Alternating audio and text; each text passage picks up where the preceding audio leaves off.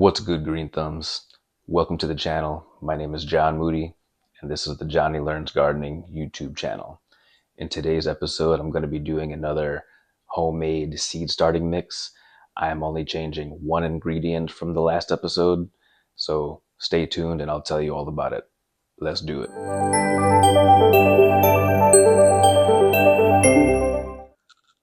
The first ingredient, just like last time, is the organic vermiculite. The second ingredient, again, just like last time, this is what I had left over from the perlite. And the last ingredient is this Premier Sphagnum peat moss. Before I begin working with the peat, it is recommended to use a mask because it can be very dusty and you do not want to breathe any of that in. Also, I just want to say that this is the leftover homemade mix that I made from last time. I used most of it for all of my seed starting that I did for all my winter sowing videos. Please check those out. I will leave a link in the description. Alright, I guess there's no real pretty way of doing this, so I'm going to go ahead and get started. First, you cut the bag open. I have worked with peat previously, numerous times, but it was always outside in the garden. Right now I'm inside my kitchen, and here we go.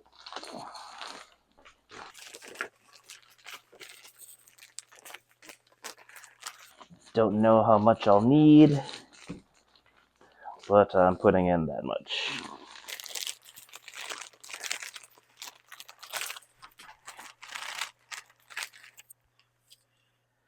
So right now I have some water boiling.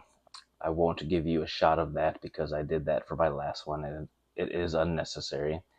But let's go ahead and talk about why I'm boiling water. So in the last mix I was using coconut coir. For peat moss, I have learned in at least one of the videos that I've watched, I guess I'll go ahead and shout him out, Gary Pilarchik with the Rusted Garden. He's always talking about how peat moss tends to have fungus gnat eggs in it. So it is necessary to sterilize it before you get started. That is why I duct taped it shut. So the water is boiling, I hear it bubbling. I'm gonna go ahead and pour it in. Let's move you out of the way. Put you in the shot. Please be very careful when working with boiling hot water. Again, I added boiled water to the coconut coir simply to hydrate it. I'm adding it here not only to hydrate it, but also to sterilize it. Sterilizing it kills any potential fungus gnat eggs that might be in here. Using a much bigger pot. I'm not sure whether or not peat moss expands the way that coconut coir does, but we will see. I don't know if that's good enough. I'll give it a mix. I'm not going to use my hands. I got some kitchen tools.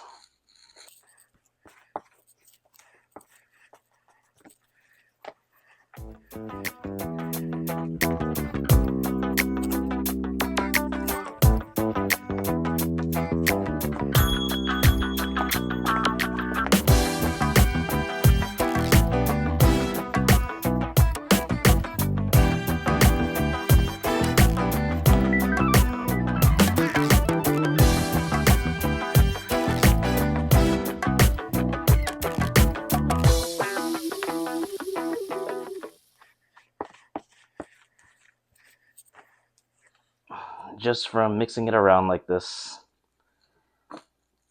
just like last time, I feel like that one pot was not enough.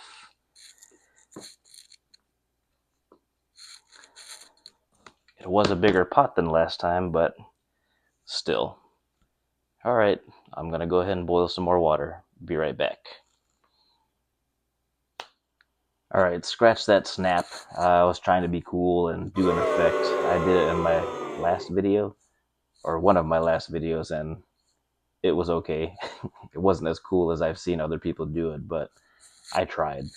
Anyway, while the water boils, I just wanted to talk about why we have to hydrate it or how much water to add. That's it. How much water do you add? Well, in his videos, he explains how you want it moist but not soaking. So when you squeeze it, very little water should fall from your hands. This doesn't even look close. So that's why I'm going to go ahead and boil a second pot, and we will see what that second pot will bring. But just wanted to get that out of the way while I was waiting. Be right back. I'm not going to snap. I was going to do it again, but I'm not going to. To back up Gary's claims, I will share with you a personal experience that I had. So this is the National Geographic Dinosaur Terrarium. This was a Christmas gift for both of my children. Amelia got one and Ben got one. This happens to be Ben's.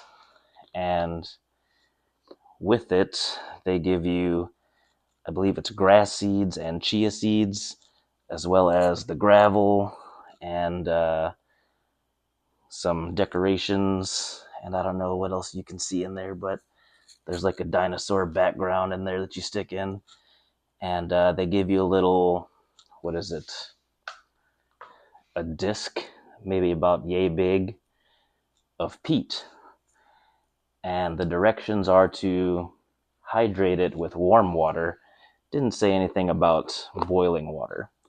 So I don't know if it's just coincidence, but I did notice that after a while there were flies inside of this.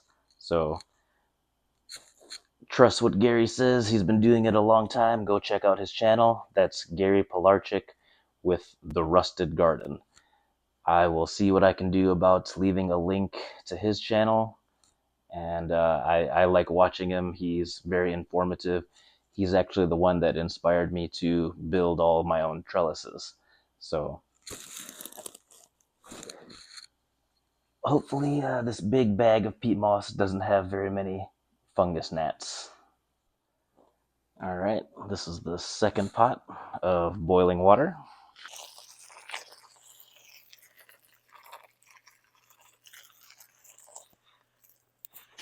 Again, I don't know what the size of the pot is. This is bigger than what I used last time. If I had to guess, I'd say half gallon? I don't know. All right, let's go ahead and mix this in.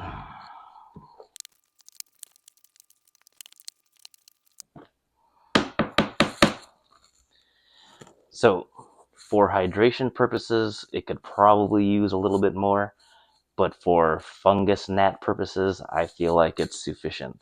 Since I don't intend on planting anything right away, I'm not going to worry about it. I'm going to go ahead and mix in the other ingredients. So I'm just going to go ahead and add in the rest of this bag of vermiculite.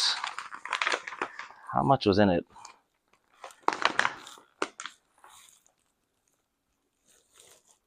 8 dry quarts.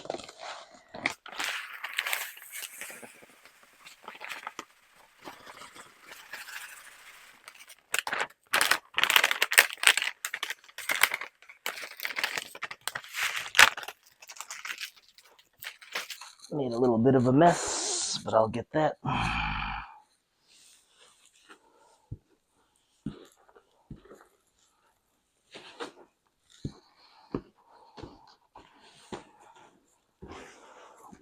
If I've never said anything before, vermiculite is supposed to make better drainage,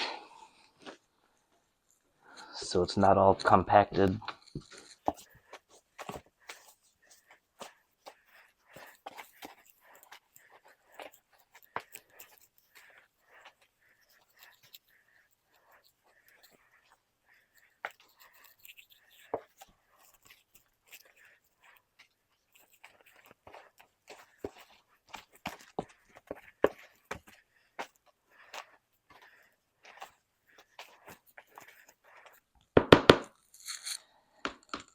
right, that's good with that.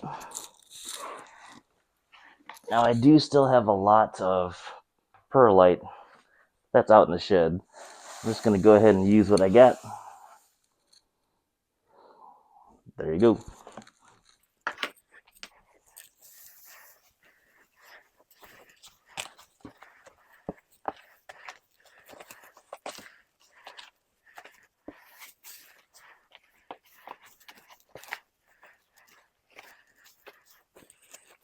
Same thing, if I've never said anything before, perlite is also supposed to help with drainage, to prevent things from becoming compacted.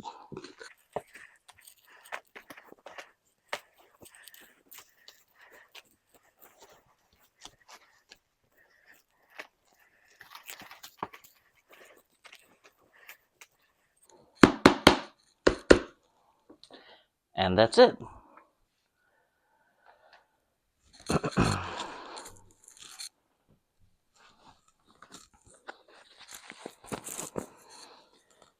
Plain and simple, straight to the point, nothing fancy. Sphagnum peat moss, organic vermiculite, and perlite. Don't forget to pour boiling hot water to sterilize it and also to hydrate it. If memory serves me correctly, I want to say that I shouldn't even bring it up because I don't even know how to word it properly. Plus, this mask is messing me up. Anyway, if memory serves me correctly, something about peat moss. After you hydrate it for the first time, it is difficult to take in water after the fact. I don't understand why. If anyone knows anything, please let me know in the comments. If you like this video, give me a like. If you have any questions, leave it in the comments. But that's it for today, folks. Thank you all very much for watching. Please subscribe. Please do the likes and the shares and the comments. Until next time, take care. Bye-bye.